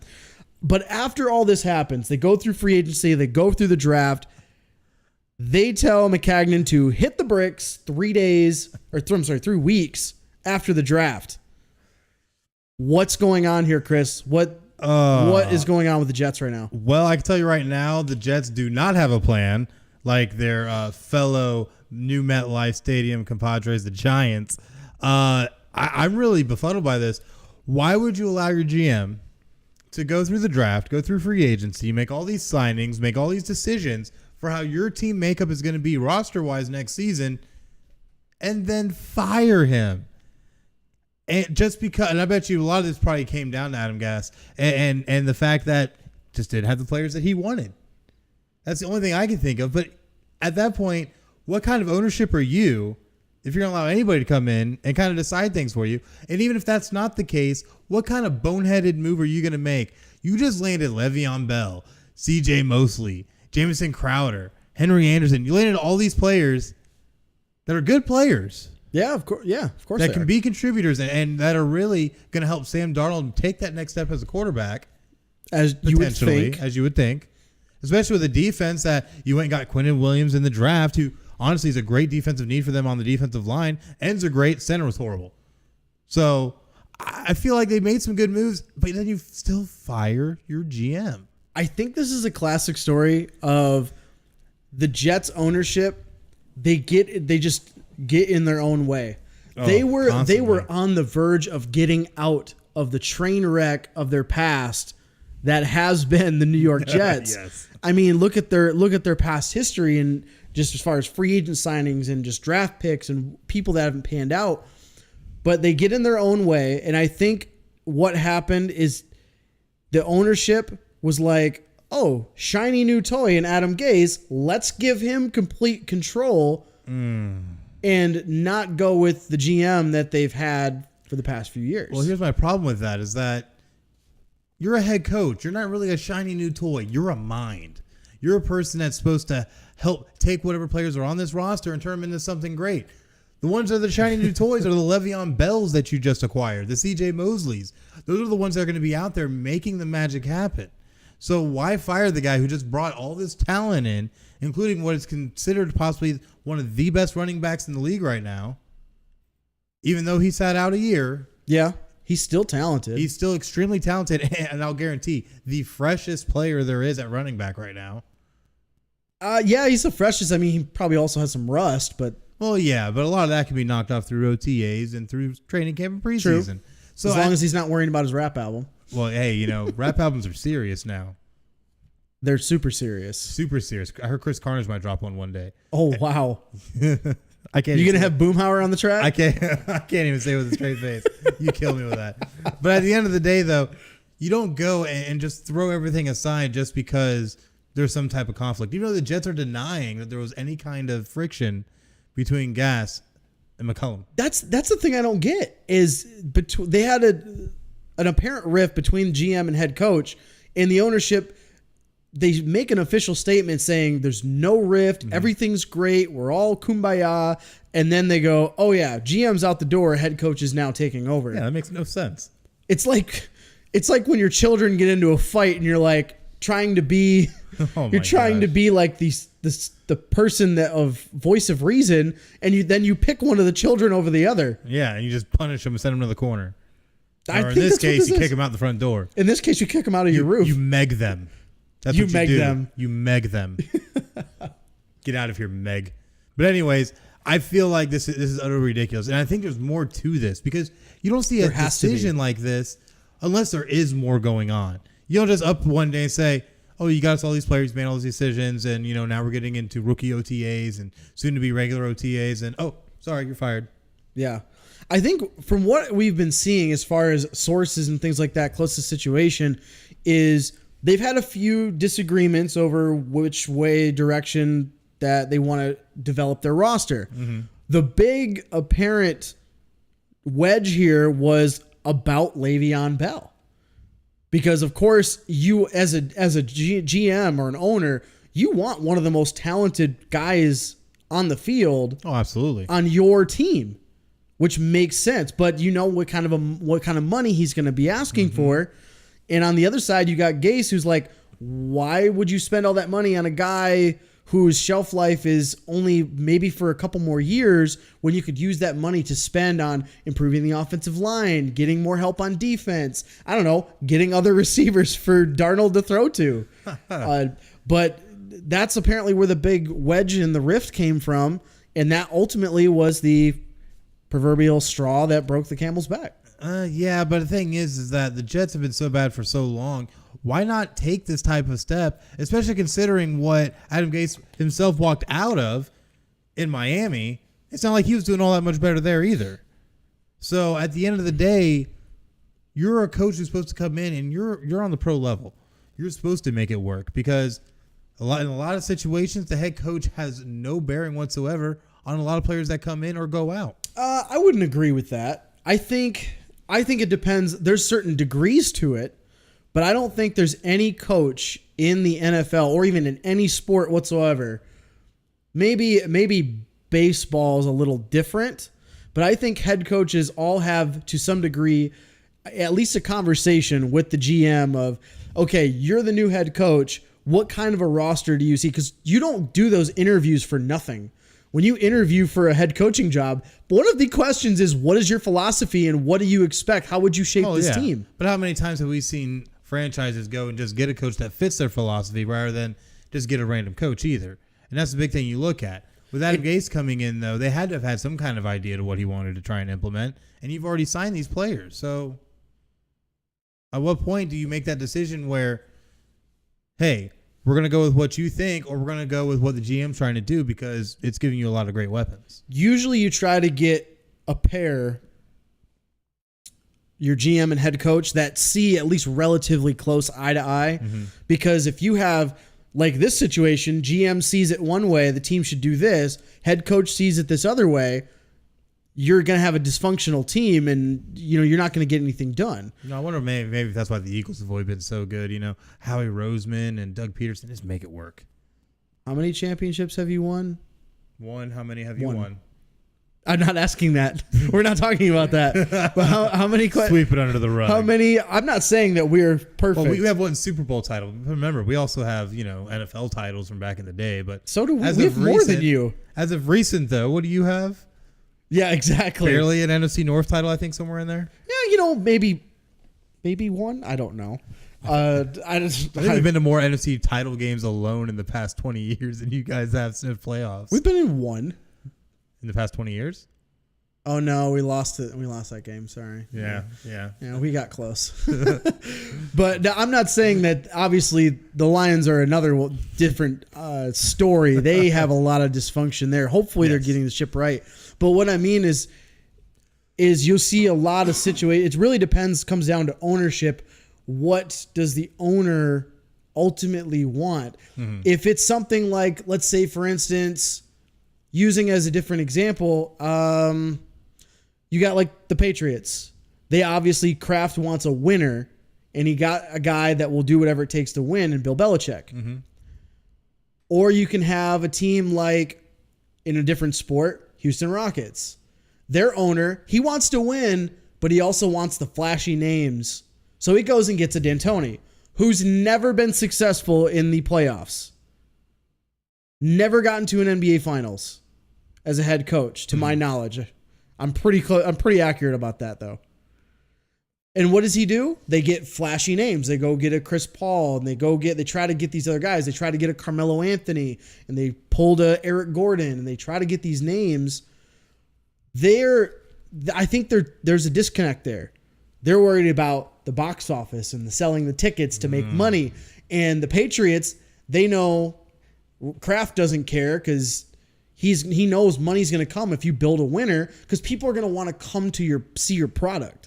That's true. So it's, what do you want? What does the owner want? And I think in this case for the Jets, they wanted this year all the flashy names. They wanted to make a splash this year in free agency because they had so much cap space and because they had a terrible year last year. Attendance has been dropping year after year in the NFL. That is true. So what better way to try to draw more viewership and maybe draw some more people to come see your games, to go get a Le'Veon Bell and a CJ Mosley to headline your free agency class? Well, you know a good way to attract fans too. You know a good one? Maybe drop some of those ticket prices a little, because some of them get kind of ridiculous. Well, that's a completely different story. That's a league-wide problem. Yeah, that's a league-wide problem. But give it to the Falcons though for having the cheapest concessions in the league. I think more teams should handle it. Some teams are actually starting to get on board with that finally, but I think across professional sports, everybody needs to do that. Mm-hmm. Absolutely. But you know what? Not to interrupt you, we actually just had some breaking news come in. Yeah. Philadelphia Eagles defensive end Chris Long, the reigning Walter Payton Man of the Year, is now calling it career after 11 seasons. I was wondering when he's going to. I thought he would have done it after the Super Bowl, because he had been talking about retirement kind of roughly. And I would imagine that after that kind of a run, having the underdog run that they had, I would imagine he probably would have retired. But yeah, this was announced just literally over a shade of an hour ago by Chris Long himself on his social media, with a picture of him holding up a red Solo cup to the mountains, saying, "Cheers, it's been hell of a journey." It says 11 years. He says he honestly couldn't put his soul into. He said he put his soul into every minute, highs and lows. He says he's seen them both and appreciate the perspective, gratitude, and love to those who lifted him up. So definitely going to be a little bit of a blow, though, to the Philadelphia Eagles across that defensive line. But still, hats off to Chris Long. You brought us a championship. Yeah, congratulations on retiring the way he wanted to. Some players don't get that chance. No, they don't. And it's awesome that he was able to do it the way he wanted to. And the Philadelphia Eagles, obviously came out, released a statement congratulating him and said, quote, "He will always be a part of the Eagles family." So definitely great gratitude shown to Chris Long by the Eagles as well. Yeah, he's had a great track record, not only just being a great player on the field, but he is a great person off the field and doing a lot of charitable work and doing all those kinds of things. He's been a great ambassador for the NFL throughout his career. So hats off to him and congratulations on retirement. Yeah, and it's crazy when you look back, especially all the way back to 2008 when he got drafted. He was the number 2 overall pick in the 2008 NFL draft. Spent 8 years with the Rams, was with the Patriots for a spell, and as well as the Eagles, won titles with both teams. So it's really great to see. And especially he's only 34 years old, so he has so much more life ahead of him. And so much more that he can do. And I'm sure he's still going to do a lot of great charitable work, which ended up bringing him the Walter Payton Man of the Year award. So really great person. And just a little side note, finished his career with 70 sacks. Very nice. Yeah, can't go wrong with that. Yeah. Can't go wrong with that. But getting back on track to what we were talking about with the Jets, the big thing that I saw with them too, especially Le'Veon Bell, is that no matter what, you just signed this man to a 4-year, $52.5 million contract. Yeah. That is money you have put up front. In the first year, I think he's still due, what was that? I think it was like 10 or 11 million or something like that. I can't remember the figures on it right now. But still, you have him on contract. Why not try and just go forward and make use of this guy? Because what did we end up seeing reports of? Now, as soon as Adam Gase has taken over interim GM, they're apparently they're open to the opportunity to trade Le'Veon before the start of the season. And this was reported on ESPN by John Clayton, but I don't know how much validity there is to this.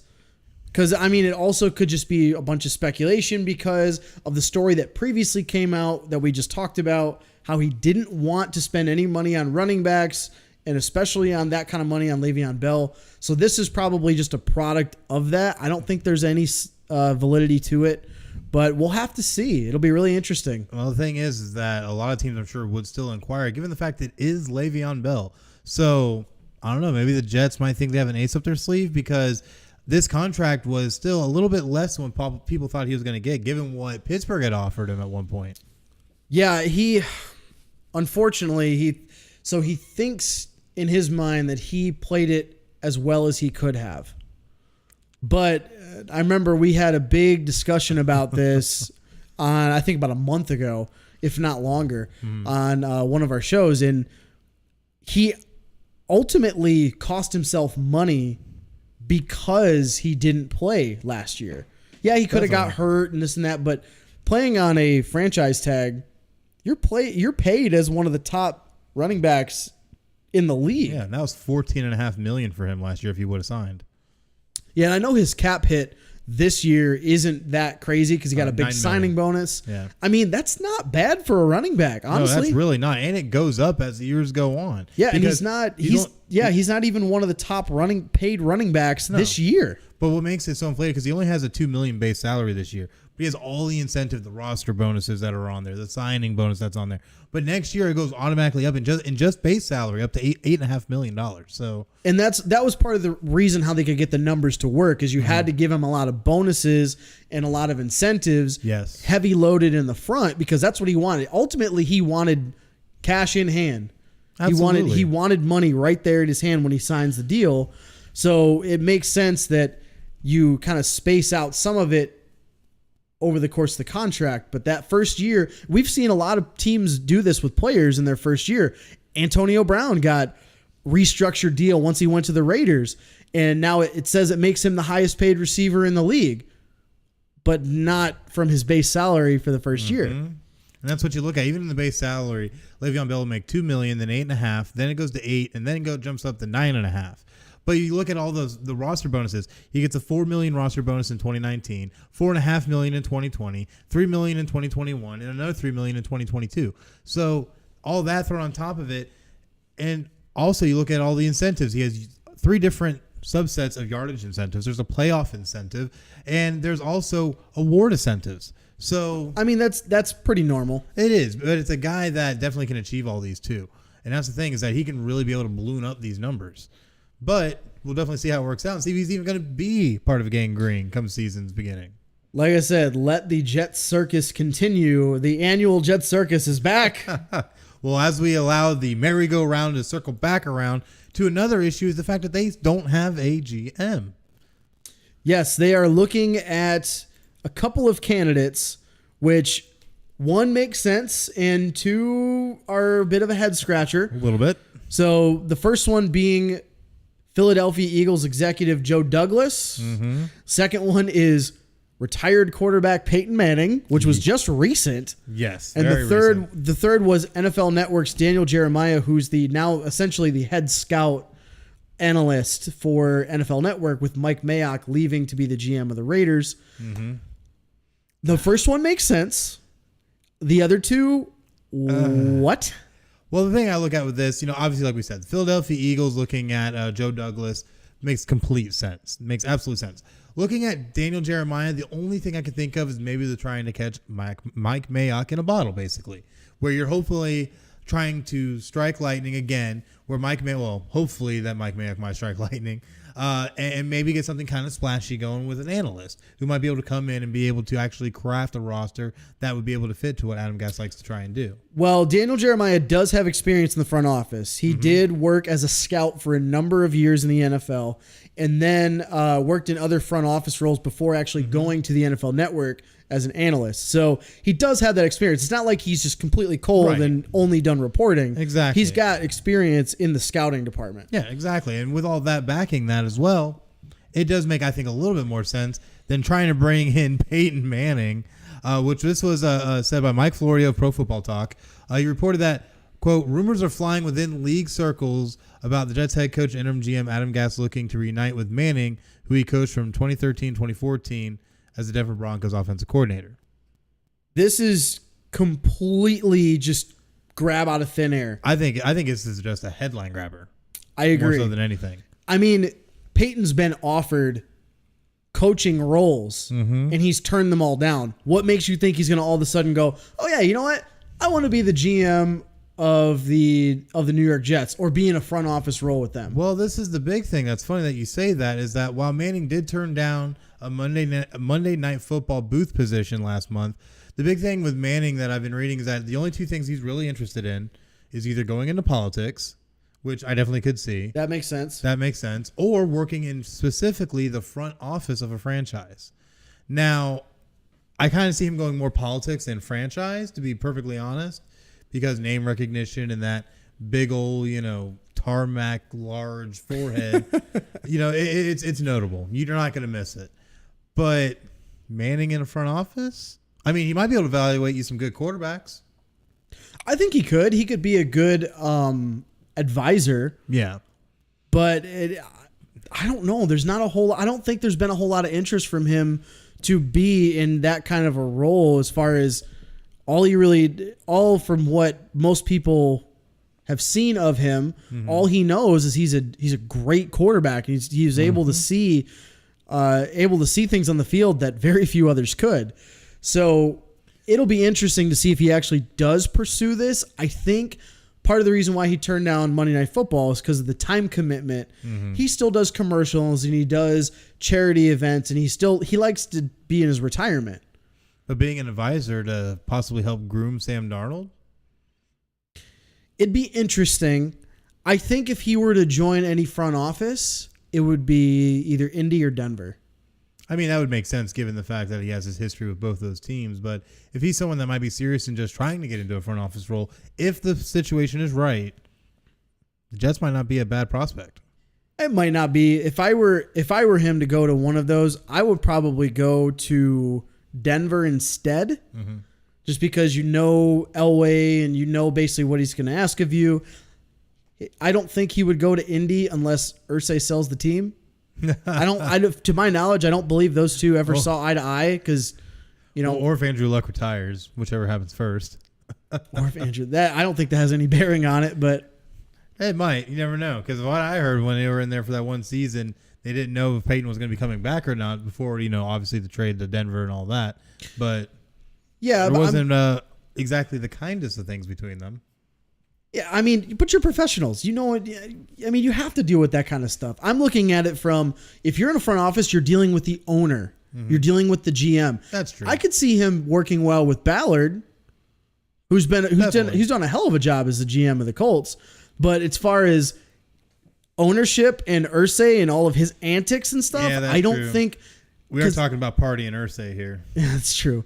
That's what I'm saying is why I don't think he would step into a front office role there, because of Irsay. Ballard would be a great pair with him, I think. Oh, definitely. But I think if he were to pick any team to go be an advisor, it'd probably be Denver most likely, just because of his success there and with Elway and all that. Well, someone who has had success, who's now going to be not doing so much at the beginning of the season, is Cardinals cornerback Patrick Peterson, who was suspended now for the first 6 games of 2019 for violating the NFL's performance-enhancing drug policy. So definitely an interesting situation here. What's your take on this? So originally they had suspended, the NFL had suspended him for 8 games for violating the drug policy. Then it was reduced to 6, and Peterson said he's not going to appeal this. My question is, with all of these other suspensions, and this is a touchy subject, but domestic violence gets you 4 games. What kind of a drug can you take in the NFL that gets you 8-game suspension? Steroids? You probably get banned for life. So if it's not steroids, what is it?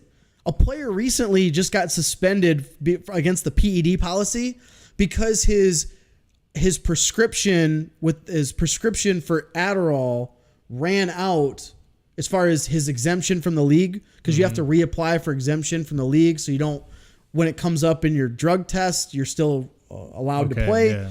But his exemption ran out and he forgot to renew it. His drug test came up and now he gets suspended for a doctor approved drug. Essentially, he has a prescription for it. But you get suspended games for that, but you only get 4 games for domestic abuse? It's so ridiculous. What in the world is going on? Like, what did he do? What did he take that was so bad that offered him 8-game suspension? And now he's not even appealing it at 6. That means he knows he screwed up. Oh, he definitely does. Well, the big thing I know, too, is that one thing that they look for is masking agents. Anything you might take that might try to mask whatever kind of unapproved performance-enhancing drug it may be. Saw that in baseball with the steroid era. Absolutely. So that might be playing a part into this, and maybe that's also why he's not appealing it, because he doesn't want that to come out. Probably. That would make sense. It would make the most sense to me. But either way, though, people are getting popped for this, getting suspended this long, and like you said, domestic violence, 4 games. Yeah, I mean, you essentially get a slap on the wrist. I mean, you get kicked off the team that you're on, and you got to have an investigation. But I mean, when you come back, look at was it Tyreek Hill? Yep. And Kareem Hunt. He's already signed with the Browns. Yeah, and he already got a new team, and he's going to be out 6 games. Mm-hmm. I mean, it just seems like they pick and choose where they want to punish people heavily and severely. Like with Goodell when he was punishing the Patriots for Spygate and all that kind of stuff, trying to throw the book at everybody and tried to throw the book at Tom Brady. And okay, but you're going to let other players get away with. Eventually, they've ended up playing themselves out of the league. Talking like the Greg Hardys and the Ray Rices, that the situation. Established players that have made notable impacts on the game and are in these situations, especially with some like you said, Ray Rice, where there's actually video of it. Yeah. So I don't know. It's definitely, I think, a very disturbing thing when you have simple performance-enhancing drug issues getting you more time. Especially like you said, you had a player that had an exemption run out. Now he's suspended, probably longer than someone who might have smacked some girl in the mouth in a bar somewhere. Which is really unfortunate. Like it's really terrible that is what the NFL sees as, oh, okay, yeah, that's okay because it wasn't on video or the charges got dropped or anything like that. I mean, if you want to make a stand on that kind of stuff, you got to punish that way more severely than something like this where, and I don't know what, haven't released what it was. Yeah, they haven't. So it'll be really interesting to see if they ever do release that information. I mean, if it comes out to be something like steroids, that changes the subject completely. Well, absolutely. Absolutely it does. But, if he doesn't appeal it and he just serves the ban, we might not ever know. Honestly, I don't think that information will ever come out. So yeah, but either way, I guess we're just kind of in a wait and see scenario right now. But for the Arizona Cardinals, and he's missing the first 6 games, looking at their schedule, it's not like first of all, their hopes aren't high. No, they're really not. They're not expected to make the playoffs and make a Super Bowl run or anything. No. But the first 6 games, you're home against the Lions. You've got a few weapons there in Detroit, but they haven't really shown anything yet. Mm-hmm. You got Amendola, who's been hurt. Galladay, who's the number 1 now, but he still needs to have a breakout year. So that really, you're not missing a whole lot if you're Peterson. The Ravens, yeah, they've got Willie Snead and Hollywood Brown, but they're a running football team. Mm-hmm. Okay, you're not missing much in the passing game there. Panthers, they don't have a number 1 receiver. Bye. Seahawks, you've got Doug Baldwin's gone, so you got Tyler Lockett and maybe DK Metcalf if he breaks out in the first couple games, but not a threat there. By week 5 or game 5 for the Cardinals, AJ Green, that's a big deal. That's a big matchup that he's missing out on. Definitely is. But one thing I look at with all this either way, though, is that I think they'll be okay. I know Patrick Peterson might be probably the best corner on that team right now, but you still look down the list. You just drafted Byron Murphy in the beginning of the 2nd round. So definitely a strong pickup. You still have David Amerson sitting there. But Robert Alford's sitting there. Yeah, but Byron Murphy's not going to light the league on fire in his first year. Most rookies don't as DBs. But I still think he'll be able to step in and be a decent contributor, and that's what they're going to need, especially now that you have this void sitting there, because people are going to have to step up regardless. I think they're going to trade him at some point anyway, because remember, he requested a trade last year. That is true. And there's been rumor that he wanted a contract extension. It's not even really a rumor. It's just he wanted a contract extension. GM said no. So then he's like, all right, screw you. I want to get traded. And that's how this whole fiasco started with the void or the wedge between Peterson and the Cardinals. Mm-hmm. So now the fact that this came out, now they can't trade him because he's suspended. So they got to wait until this is up. before they can get rid of him, which will be pretty close to the trade deadline. So I wouldn't be shocked if right when he comes off suspension, he gets traded. Well, the big thing, though, is that he's saying that his relationship in a recent 139-word statement that he gave before taking questions, that him and the Arizona Cardinals, the relationship's great. So they say that. That's a smokescreen all day. Recent stories say otherwise. Exactly. So I definitely have to agree once suspension's over. I think he's going to be out because you're still going to be able to get some kind of value for him regardless because he's still a good player, and he's going to be really fresh at that point. So he'll be able to start right away if needed for any team. So do you have how old is he? How many years has he got left on his deal? Do you have that up right now? No, I do not, but I'm sure I could find it in nothing but a jiffy because so he's 28. Right. But I mean, he's got to have, he was looking for a contract extension, so he's got to only have maybe two years left maybe. I mean, a contender could easily trade a third round pick for him.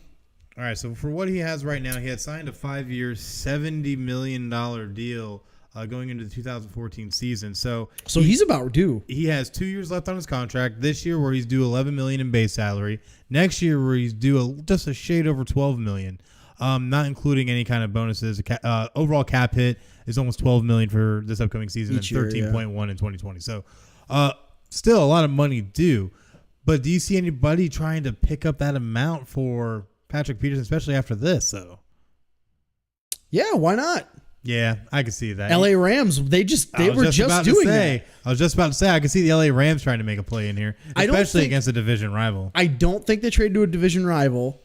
That would be the dumbest thing ever if you're Arizona. I mean, but of course they've been making some questionable decisions anyway. There you go. But I think a team that's contending that needs a boost at corner, I could really see them trading like a third round pick for Peterson a couple games into the season or once his suspension's lifted. I could see them trading for him and, greener pastures and, actually have a chance to win finally. Well, and there's definitely some teams that probably could be able to afford it. Just really depends upon who's there at that point. But we'll definitely see come then. And it's real interesting, though, this kind of stuff breaks right before we start getting into OTAs and all this. It gets all crazy. But who knows? Some team will be able to benefit from it. But shifting gears right now, we're going to move over into Major League Baseball. And it's been kind of crazy. A lot of ups and downs for a lot of teams. A lot of things just happening. One thing I definitely got to point out, that's Detroit Tigers, man. Like, what is going on? Exactly what I expected of them. I mean, you remember when we were talking about the first week or two of the season, right. I was shocked because they actually were playing decently well. Yeah. And now the last 10, they're 2-8 and 5 lost 6 straight. Yeah, they've lost 6 straight. And I mean, this is kind of what we expected as Tigers fans is that it's not going to be, it's not going to be a bright year. No. But you know what? We had our window and it closed. It did. But as a Red Sox fan, I feel pretty good. Even though we dropped one to Houston today, which is fine. We are 7-3 our last 10. We're 23-21, 4.5 games behind Tampa for the AL East lead. So definitely not too bad. But looking at the standings, the Rays are leading the AL East right now, 27-16, half game up on New York, who have now had their little resurgence and are also hitting plus 40. Who would have thought that with the Yankees? So because at first it didn't look all that good. But looking down, you got the AL Central. You got the Minnesota Twins leading that division. The Cleveland Indians 5 games back. So the Twins are getting a little bit of a comfortable lead going, especially on a 4-game winning streak that they're on right now. Definitely helps. That's surprising to me because I know the Twins we were talking about in our preview show for baseball that the Twins were going to be able to potentially compete. I'm surprised that they're starting to pull away from Cleveland this early in the season. I figured Cleveland would be in this different position. They'd be swapped. Well, definitely. But when you look at how good Minnesota's hitting is the big thing. They have 240 runs scored, second best in the league behind league-leading Houston Astros, who are sitting at 248. So I'm not too surprised. Minnesota Twins, though, plus 63 differential. Also second to the Houston Astros. Weird. It's kind of like a team that somebody predicted to play well is doing well. So funny how things work out. It's weird. Who did that? But speaking of those Houston Astros, they're leading the AL West right now at 30-15. Are currently on a 9-game winning streak. They're killing it right now, including wins against the Boston Red Sox recently. So they're 8.5 games above the Angels in the West. So the AL is looking pretty crazy. But what do we got going on in the National League? So National League, we have in the East Division, the Philadelphia Phillies are leading by 2 games over the Braves. Mets are about 5.5 back, and the Nationals are struggling, really struggling right now. Oh, yeah. They're 7 games back, but they're 5-5 in their last 10. They have a negative 29 run differential. That is Which, bad. as good as their pitching has been over the last few years, I mean, you still got Scherzer and Strasburger, the big two, but it's pretty clear that you can't score any runs. I mean, they scored 201 runs, but you've given up 230. So, I mean, you got to be able to score a lot more.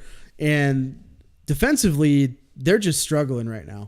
And just to put it out there, that 230 is definitely near the bottom statistically against all teams. So, which is really surprising. Like we said, it was how good their pitching still is. Definitely. But looking at the NL Central is just as we expected this would be. Where you've got everybody but the Reds, really, which nobody expected the Reds to be competing, but they're still doing decently well at 21-25. But Cubs, Brewers, Pirates, Cardinals, 3.5 games within each other. Cubs leading that division. But the team I picked though for that division, the team I picked for that division, the Brewers were only 1 game back of the Cubs though. The Brewers and Yelich has been playing phenomenal again this year. Just playing out of their minds. I tell you, it's been very, very exciting to watch. Even yesterday, I think they won. They beat the Braves. Or no, sorry, the Braves beat the Brewers 12-8. But, that's okay. They were already on a 3-game winning streak. So, that's the thing is that they continue to win games when needed, and that's going to be the big thing, especially when you got Yelich out there looking just insane, who has 18 home runs on the season. 18. He's still in MVP form like this. Absolutely. I would not be surprised if he wins it again just because of how well he's been playing. He's having a hell of a year. So especially with 40 RBIs, you're batting at a 3.36. He's just killing it. Yeah. Dude's just killing it. And everybody knew that this division was going to be one of the hardest in baseball to win because you've got the Cubs, the Brewers, the Cardinals. But the Pirates are playing really well, too, right now. And it's still kind of early. Yeah, we're not going to totally count them out. Their big thing is with the Pirates, they're not playing well at home. They're 9-9 at home. I mean, you got to win the games at home. That's the big thing. If you thing. Want to compete in this division, you got to win at home. Absolutely. You have to win at home if you want any kind of chance. But looking at the NL West, not too much of a shocker for some here with the LA Dodgers out in front by 4 games ahead of the Arizona Diamondbacks. I think that plus 60 run differential might be helping with that. They got beat up pretty bad. Was it yesterday? They struggled quite a bit. They lost 4-0 to the Cincinnati Reds. Yeah, they got shut out. I mean that doesn't happen very often. But the funny thing about that though, that's after going on a 4-game winning streak where 3 of those games were goose eggs that they put up against. They ended up winning 6-0, 2-0, and 6-0. So. Yeah, that's the team that we know is going to be there at the end of the year, just as everyone expected. Diamondbacks making a push just like they did last year, and the big surprise to me is two different teams in this division. The Padres are actually playing pretty well right now, and they're sitting 1 game above 500 and only 6 back in the division. But the Rockies are really struggling right now. Ooh, horribly. They're going through a rough patch. They have a run differential -7. They've lost 3 straight, 5-5 in their last 10. They're just struggling right now, and that is a division. If you want to try to make the playoffs, you've got to be close to the Dodgers. Otherwise, you're not getting in because of the other teams we just talked about. Every division in the NL is going to be very close at the end, near the end of the season. Oh, absolutely. And it's definitely going to end up being just a race. Now, keep in mind, though, we are only about 50 or so games in, so we still have over 100 games to go. So it's still going to be a long season. A lot could change with this going forward, but still, certain teams are still going to shine as we move on forward. But changing a little bit of gears now, though, in MLB, we got to bring you the Major League Baseball best of the week. And I'm going to kick off this one. Do it to it. With the Houston Astros reliever Ryan Presley setting the mark with his 39th straight blank outing and a 3-1 win over, sadly, my Boston Red Sox. That had to be hard for you to read. It was hard for me to read, but I can appreciate what he's done because Ryan Presley was acquired in a trade from the Minnesota Twins before last year's trade deadline. So this has definitely been working out for him because he has not allowed a run to score since August 10th of last year. That is incredible. Yeah, that's incredible. And in that time, in that span, he's had 47 strikeouts. He's had 17 hits only and only 3 walks. The fact that he's only got 3 walks, which it's a couple of things. It's not only are you getting pitches in the strike zone, but even if they're not in the strike zone, you're getting guys to swing at it or at least not be taking pitches, which is pretty big, especially as a reliever, because the finest line as a pitcher is that little swing and miss. You've seen it so many times in the past where a reliever plays very well one year and they're lights out. They're getting saves left and right. They've got, very few hits, a lot of strikeouts. They're doing the same thing. They didn't change anything the next year, but guys are just reading their pitches and they know what's coming. And that's what's been great about him, though, is that he's always able to mask his pitches. They never have any idea because since he's joined the Astros, since that trade before the trade deadline last year, in 43 outings, or 42 and a third quarter innings, or the third innings, whatever. Can't math right now. Third and a quarter? Third quarter, with an eighth and a 16th. I bet it's third quarter in the Blazers Warriors game right now that you're supposed to give a live update. That I am supposed to be giving updates on.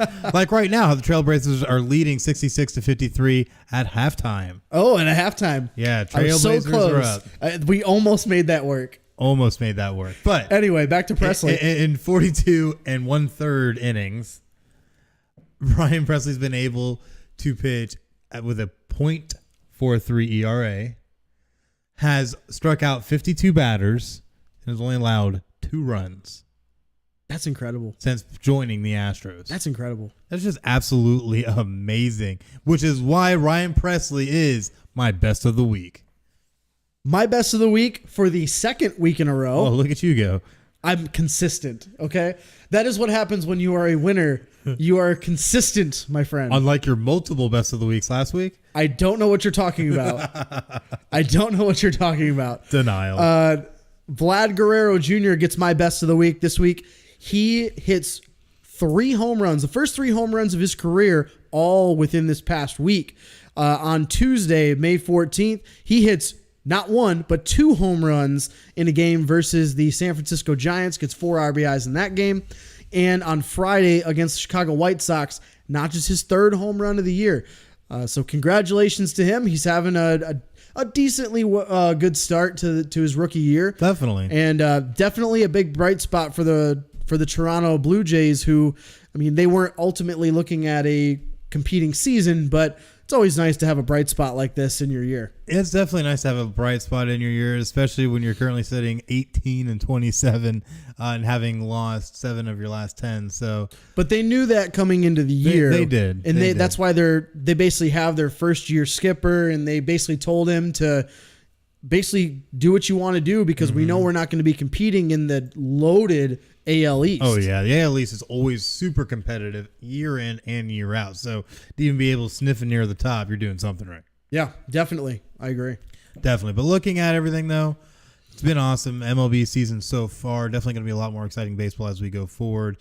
But I think it's time for a new segment. You think so? I think it is.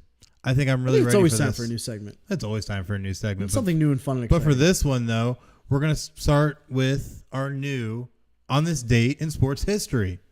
How exciting is this? I love taking a look back. I like history. Yeah. I'm a big fan of looking back to see what has happened in the past over over the last week or so. Well, in this day, May 18th, we're going to go back 15 years to 2004, where one Randy Johnson, big unit of the Arizona Diamondbacks, pitches a perfect game at age 40.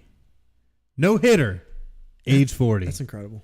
Absolutely incredible. You know what else is crazy about that is the fact that the record he broke, the former holder, was Cy Young.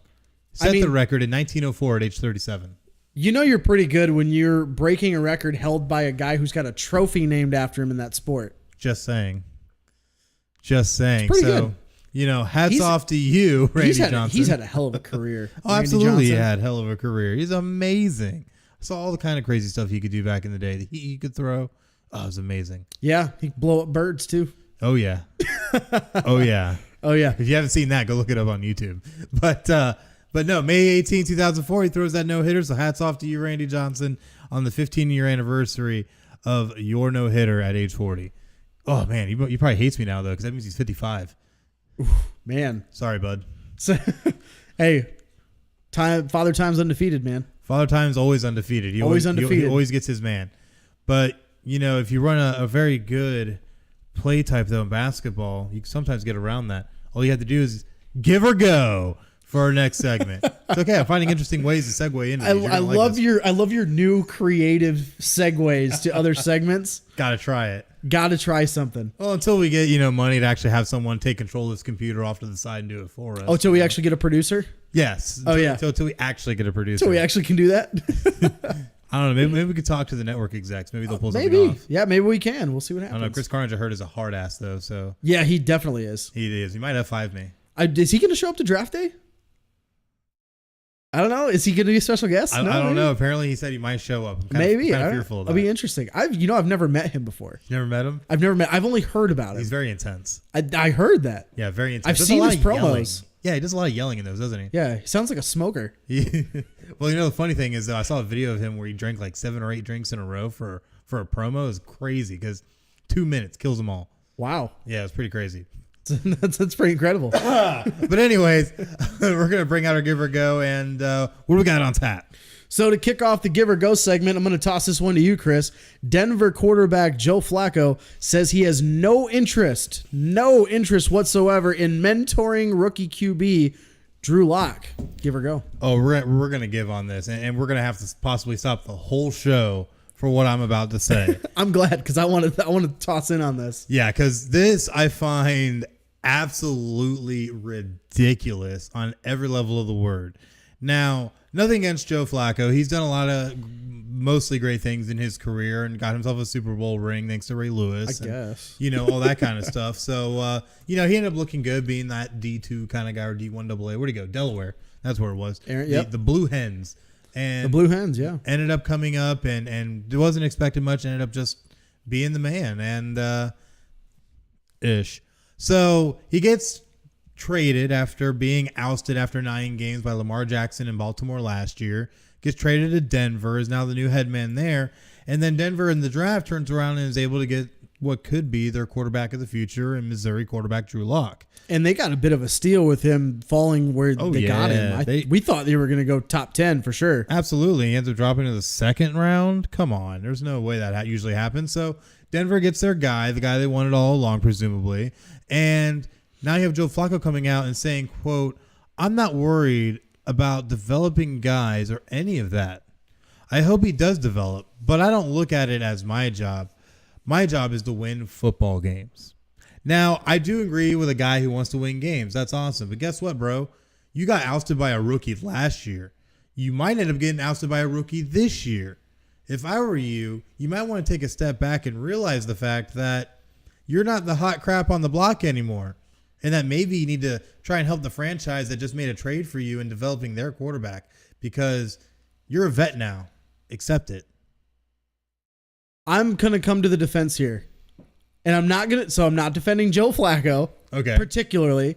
But that comment that you made, his quote, sounds oddly familiar to another famous mentor situation that was not very well received. And of course, I'm talking about Brett Favre, Aaron Rodgers. Yes, in the frozen tundra.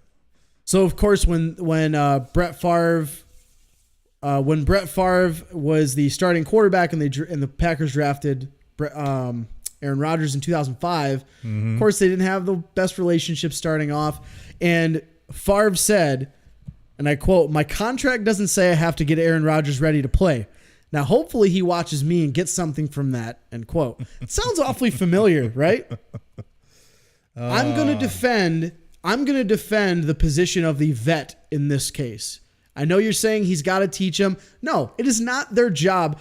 If you hire me to train someone, yes, I'm going to train them. But if you're hiring me to do a specific job, as far in this case, win games, win football games, be the best quarterback I can be, that is my job. I don't have to. And if we're both in the same QB room, one of us is starting over the other, I wouldn't expect you to just mentor me because I'm gunning for your job. And if the other way around, you're gunning for my job. So that's what the NFL is all about. It is very cutthroat. I mean, look at how many guys lose their starting jobs and then they're done. No more starting. This is true. Why not? You got to hold on to that as long as you can. And I don't blame him for coming out and saying this because at the end of the day, if you're the rookie, you're going to learn what's going on around you anyway. You can try to go and say, hey, well, what can you teach me, this and that? And, you got any advice for me? And the advice is going to be, yeah, watch your back. Huh. I mean, nothing personal. It's just, you got to watch your back. If you're the vet, you only have so long of a shelf life in the NFL or in any sport for that matter. Other team sports, baseball and basketball and even like hockey and stuff, it's a little bit different, but the NFL is so here and now. What have you done for me now? What have you done for me lately? This is true, but the big thing I look at with it either way is the only way that his comments are able to fly right now is because John Elway and the rest of the Denver Broncos brass have come out and said that Joe Flacco is in no fear of losing his starting position. As he should not be. And that he is the guy going forward currently. As he should be. Which I do agree. He should be. Obviously, you're not going to just hand over the reins to a second-round drafted quarterback. But at the end of the day, you have to think long-term. The Broncos presumably only have Flacco for the next 3 years. And then he becomes an unrestricted free agent at age 37 in 2022. So with that, you have to be thinking as ownership that you need some type of influence on this guy. Unless you expect John Elway to be sitting in there being the guy that's grooming him, you need somebody there to do it. Now, I feel that it's kind of sad because I feel that once you reach a certain age and you've been in the league long enough, you need to help the guys that are below you because guess what? You were still that same guy there. Now, Joe Flacco walked into a much different situation. Obviously, what happened with McNair and everything with that. So it was a much different situation. But I still feel that he has an opportunity to gain a little bit more respect for himself because, to be honest, that Super Bowl they won, which they only won one, was because of Ray Lewis and that defense.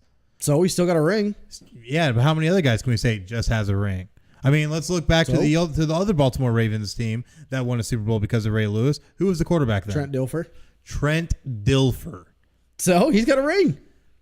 Whoopee. Did he win that ring? No. Does he care? No. Well, I'm not saying he does or not. And that's up for a whole nother debate.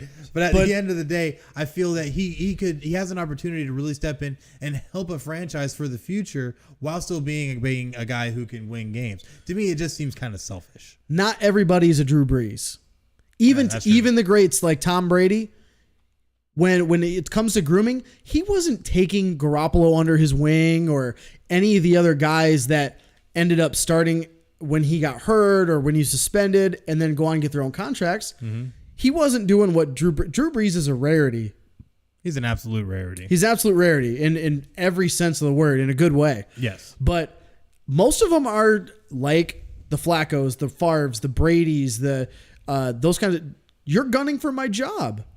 Eventually, yeah, I might help you, but this is my job. I want to make sure that I get this job. You can watch how I do things, watch how I prepare, study how I do things.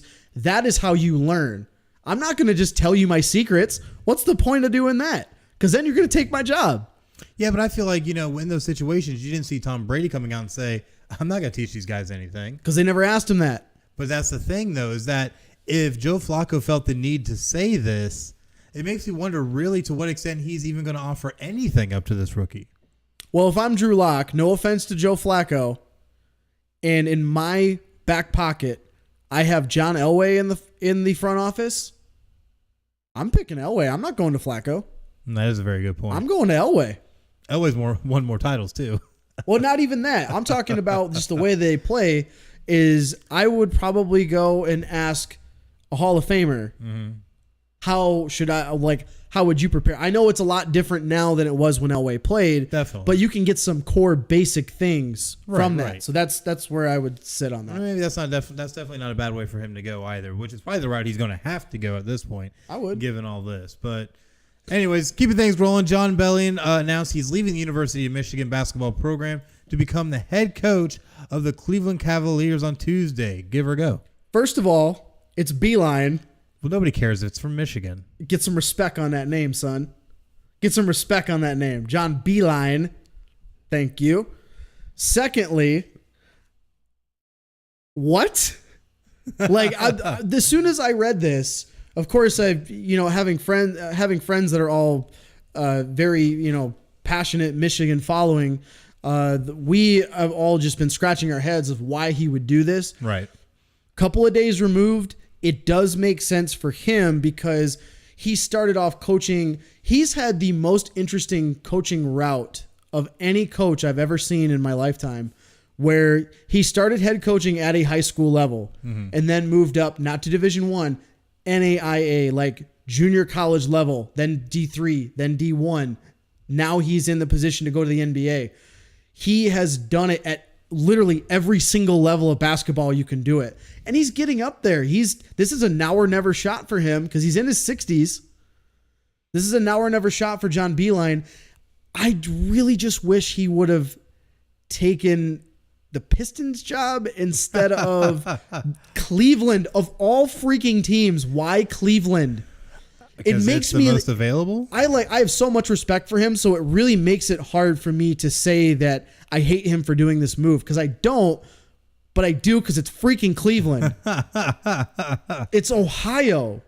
Well, But like you said, I don't get it, but it does make sense because he can basically shape this roster because it's a very young roster. They're tearing everything down, rebuilding. I wish they would do that in Detroit, but they got to have new ownership for that. Dan Gilbert, if you ever get a hold of this, please, for the love of God, buy the Pistons and bring some people with you because I know you want to rebuild Detroit. You've been doing it already. Please get it out from Tom Gores. We would love you forever. Well, John Beeline is pushing 66 years old, so at the end of the day, I think he's trying to take advantage while he can. And that's what I'm saying. This is a now or never shot for him, and the Cleveland knows it. Beeline knows it. Michigan knows it. It makes sense. Side note, quick here. Michigan is now meeting with Juwan Howard to potentially be the head coach. I can't say that I'm a fan of this. I know he's very respected, and so many former players have come out to his aid and saying that he should be the head coach. I think it's just a recency effect because of Penny Hardaway. I don't know. I'll be really intrigued if they do end up offering him the job. I think he'll get some decent recruits, but I care more about how can you coach on the court in a game against a Tom Izzo or against a Richard Pitino or other very good Big Ten coaches in the grind of a Big Ten season. How can you coach the X's and O's and manage your guys there, especially in the one and done era? Very true. So all right. I'm done ranting on that one. All right, next one, Chris. This is for you. Your boy, Cowboys linebacker Jalen Smith completes a promise that he made to his mother 3 years ago by completing his degree at Notre Dame and walking across the stage this weekend. I'm not even going to ask give or go because we already know where we should go. We already know where this is going. We already know we're going for give here. We are. And even though it does hurt that the Cowboys drafted him, I still love Jalen Smith with all my heart because he did such great things at Notre Dame. And he did make this promise to his mother 3 years ago that when he left Notre Dame early to go enter the NFL draft, even after the horrific injury he sustained in the 2016 bowl game against the Ohio State Buckeyes. I know it hurts. It hurts me too. Ohio State's done dirty things to us as well. They've been doing dirty things to other people from what we've. Never mind. That's different. We're not even going to go there. Different story. That's a different story for another time. So at the end of the day, though, he did go back this offseason, went back full time at the University of Notre Dame and finished his bachelor's degree in film and television. And makes me think, and since he does have such a great smile and a great look, he might end up being a broadcaster one day, maybe when his season ends, or when his career, I should say, ends. But it's still great to see him after everything he's been through, after being through the injury, having to take a year off from football, having dropped foot and the nerve damage and everything he had to deal with, to come back, be this number 2 tackler on his team last season, be a starting middle linebacker, and now you've finished your degree from the University of Notre Dame. Hats off to you, Jalen Smith, and great job, young man. Yeah, that's an awesome story. I mean, his story just in general, from what he's sustained and what he's been through, it's been an amazing kind of return to glory for him, in a sense that, not many players get a chance to do this. Most guys, they're only caring about on the field. Obviously, he's a very intelligent man, a young man, because wanting to go back and finish, not only to fulfill a promise, but he knows he's setting himself up, because that kind of an injury can happen at any time. Yes, because it was a freak injury. If you ever saw the video, it's very gruesome. If you have it and you can stomach it, go watch it on YouTube. It was pretty nasty. But it was very nasty how he ended up injuring his knee. I know I watched it live, and when I saw it live, I wanted to throw up. It was utterly disgusting. It was pretty bad. But congratulations to him, because not a lot of guys are able to do what he just did. Most guys wait till maybe the end of their careers to even attempt to do something like this. Fitzgerald did it. Yep. Who else? Edelman did it. Just recently. 13 years after the fact, he goes back and gets it. But even, I mean, the fact that they go back and do it is amazing. I mean, it Absolutely. shows that they're thinking forward and thinking about the future. So definitely congratulations to him. Great story. Absolutely. All the best of luck and success to him moving forward. Absolutely. And I think he'll definitely take full advantage and do all the best that he can do, because that's all Jalen Smith knows to do. But the Lakers won't be filling their president role after Magic Johnson's resignation. Give or go, Craig. You know, I will always take opportunities to crap on the Lakers this year. It's no offense to any Lakers fans, but man, the only other circus that is just as big, if not bigger than the Jets in the NFL right now, is the Lakers in the NBA. This is just another layer to this onion that we peel back. And it's just another head-scratching move by Jeannie Buss. And what we're talking about here is the report was done by Ramona Shelburne of ESPN. It was stating that Rob Pelinka, who's the GM, he's just going to report directly to Jeannie Buss rather than to a team president. So I don't think he's going to get the official title of team president, but he's basically going to take on a dual role here. Good luck, Laker fans, because if they don't want to get on the phone with him now or before when they had Magic, this is great. This is fantastic. You know, after suffering 10 years ago through the Magic losing the finals to the Lakers, I finally feel like I can sit back and get my comeuppance watching the Lakers just dissolve into what they are now. The only way that the Lakers at this point can salvage any kind of respect or get back on the right track. Sell the team. Yeah, exactly. Sell the team. Okay. I didn't know people were going to go with that, but yeah, I think seriously, Jeannie Buss has got to sell the team, because, I mean, obviously she either doesn't care or doesn't know what she's doing. She doesn't know what she's doing. And obviously Rob Pelinka, his 2 claims to fame were he played for the Fab Five. Shockingly, I didn't know that till about 2 weeks ago. Played with the Fab Five at Michigan, and then he was Kobe's agent, which I know we've hammered that home the last couple weeks, but it bears repeating. It does.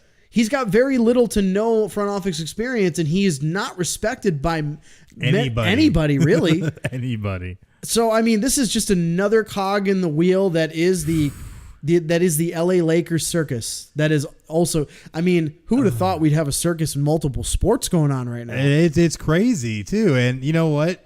It gives us something to talk about, though, because and I thank you. And I thank you, because we need something to talk about, you crazies out there. So continue doing what you're doing, Jeannie Buss. You're running the Lakers in the ground, and we love it. But at the end of the day, though, that was Give or Go. And sadly, we're coming near the end of another episode. Man, we're 14 in, man. This is getting cool. Yeah, this is getting exciting. We've always got a lot of things coming up down the pipe that we're looking forward to, and What are you looking forward to this week? I know we were talking about some of the big things we got coming down the road in a couple weeks. Oh, yes. What are you looking forward to this week? Yes. Oh, man, there's so many great things going on this week. First and foremost, though, I think I have to talk about the fact that we're going to have Money in the Bank, WWE, this Sunday. There's a few events, like wrestling events, that I'll watch anymore, and that's one of them because it's always an exciting match. Oh, yeah, it always is. You never know what's going to happen, especially when you have a guy like Kofi Kingston involved in a match. You never know what will happen. Of course, he's the champion this time around. Who would have thought? But, hey, makes for good television. So I definitely have that on the plate. Another good thing I'm really excited for, Game of Thrones series finale. Series finale. I'm going to need you to do me a favor and not spoil anything for me because I won't be able to watch it live tomorrow night. I know it's really tough, but duty calls. I got to travel. I'm about to say, do I got to pull a Stephen A. Smith and just walk off the stage? You might. I hopefully will be able to watch it later that night, but. Oh man, yeah, so please don't spoil anything. All right, I'll try not to message you right after, screaming and crying and yes, please, leaving you voicemails, blubbering like a woman, blubbering like a baby. Yeah, just because John had to pull the good old Shawn Michaels and super kick Danny's head off. I love that meme that you sent. I love that meme you sent me. Oh, it's just Arya's gonna do it though. More than likely, Arya's gonna kill her. It makes sense because now she's gonna be all mad. She didn't kill Cersei. Got to kill someone now, right? Oh yeah, she's got to do something. Yeah, got to do something, Mitch. So here's a topic of conversation we've been talking about. All right. Some friends of mine talking about this.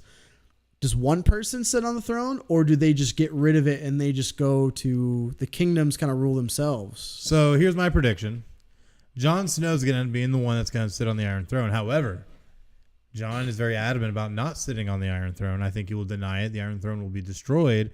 Seeing as how King's Landing and the Red Keep's pretty much destroyed, and it'll end up becoming a committee. And Jon's going to go live north of the wall. I've heard a lot of that. I've heard a lot of rumors about that. Mm-hmm. I mean, because you can't leave your wolf. You can't leave your wolf ghost like that. No, he needs to go back and get Ghost, go hook up with Tormund, and go run the north. I mean, until another White Walker shows up. Well, then he's already in place and ready to go. There you go. So, you got Valyrian steel sword. All right. What I'm really looking forward to, and I'm wondering if they're going to do this. You remember like early on when the Night King touched the baby? Yes. We haven't seen anything about that. Like there had to be a reason why they showed that, other than just to set up the fact that he can create White Walkers. I mean, there's got to be. There's no reason you just do that. Just do it. There's got to be a reason behind it. What if there's more White Walkers? What if he created another Night King that's just a child? Just in case, because he knew he was going to be taken down? I mean, he knew it would be inevitable at some point, right? I mean, you make a very valid point here. HBO. Hey. My gosh. Look at you. You might just called it out. My mind's kind of blown if right now. If that happens this week, I'm going to literally... I can't say it on air. I'm going to call you right away and say you need to give me the winning lotto numbers for next week. All right? And then I'm going to keep it. Then we're going to kick this production in the high... What? I'm going to keep the lotto numbers. I mean, you're going to end up investing it in FinalScore anyways. Exactly. Oh, well, I guess so what does it matter? Yeah, it's win-win. It all works. It's win-win. All right, just make sure you're buying the next pack of beer. So anyways, though, this has been FinalScore. Thank you so much for joining us. So many great things and places that you can find us. Of course, you can find us on social media on Facebook at /PCN FinalScore and on Twitter at PCN FinalScore. And of course, you can find us on all of our crazy offerings on Spotify, iTunes, iHeartRadio, Stitcher, TuneIn, Podbean, and of course, Google Play Music. Make sure you check us out on all of those platforms. Give us a follow, give us a subscribe, check them out, give them a download, give them a listen, tell us what you think. We always love interacting with our fans. And definitely make sure that you check us out in 2 weeks from today, June 1st. At City Limits Tap Room, 2620 North Woodland Boulevard. FinalScore will be there for Draft Day. We're going to be the special guest. It's going to be real amazing. That's what I'm excited for. Oh, yeah. It's going to be awesome. It's going to be live at City Limits and live on Twitch at 8 p.m. So definitely make sure you check it out. And if you aren't able to make it, like I said, go on to Twitch at twitch.tv/Podcast City Network, and you can check it out live there. But this has been yet another episode of FinalScore. Thank you, Craig, for coming on yet again. God, you're so entrenched in here now. I don't think I know. There's nothing literally that's going to probably uproot me from here. No, I don't think it's going to happen. You're a permanent fixture now. I have to be, right? Yeah, you've got some cool stuff going on over here. I like that Apollo's helmet, Yeah, the rest of it though, Little. Well, it's a nice Apollo's helmet. You know? Little shout out to the Lansing Lugnuts, the minor league baseball team in Lansing, Michigan. Oh yeah, and of course The Rock. Can't forget The Rock. I mean, hey, he's The Rock. Come on, you gotta give The Rock a shout out. But anyways, though, this is Final Score. I'm Chris. This is Craig, and until next time, y'all have a great night.